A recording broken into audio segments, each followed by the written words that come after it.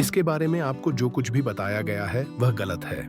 सब कहते हैं एसआईप करो और अमीर बन जाओ, लेकिन सच ये है कि एसआईप हमेशा बेस्ट ऑप्शन नहीं है। देखिए, साइप यानी सिस्टमैटिक इन्वेस्टमेंट प्लान को एक तरह का जादुई फॉर्मूला बना दिया गया है। एडवाइजर कहेंगे 20 साल करो, करोड़पति बन जाओ। इन्फ्लुएंसर्स कहेंगे SIP long term wealth creation का शॉर्टकट है। लेकिन रियलिटी, एसआईपी कोई शॉर्टकट नहीं है। यह एक टूल है, और टूल तभी काम करता है जब सही सिचुएशन हो।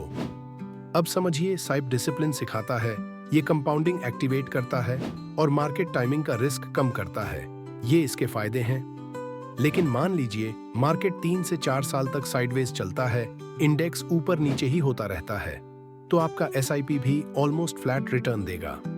अब दूसरा केस, आपने रॉन्ग फंड चुन लिया।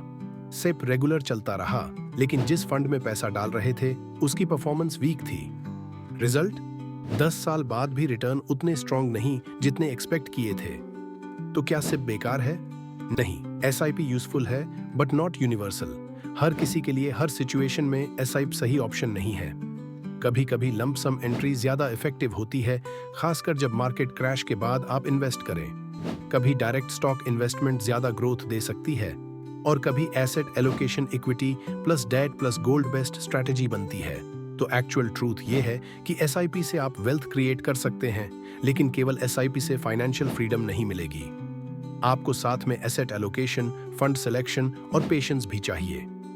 अब आपसे सवाल, क्या आपको भी लगता है कि एसआईपी को ओवरहाइप कर दिया गया है, या आप मानते हैं कि ये हर सिचुएशन में बेस्ट है?